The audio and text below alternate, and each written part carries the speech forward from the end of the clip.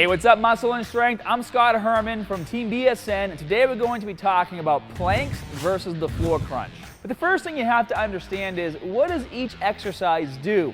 When you're performing a plank, there's really not much movement going on. In fact, when you do a plank, the whole reason why you're doing it is to help strengthen your core by not going into spinal flexion or spinal extension while doing the movement. But the plank is much more than just laying on your knees and elbows and holding that position for as long as you can. This exercise is meant for you to create tension throughout your entire core as well as your legs and your upper body, and to keep that tension and flex and squeeze all your muscles as hard as you can while holding that position for as long as you can. It should almost feel like while you're tensing your core that you're pulling your knees into your toes throughout the entire movement.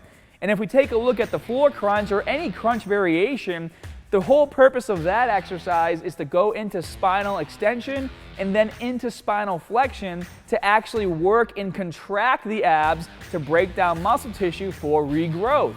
You cannot break down muscle tissue no matter what exercise you're doing if there's not an extension and flexion of that muscle. So, if you're going to the gym and you want to incorporate these exercises into your current workout program and your goal is to try to build block of your abs, then you need to be sticking to movements that involve spinal flexion and extension, which in this case would be the floor crunch. However, it doesn't go to say that you shouldn't have both exercises in your current training routine.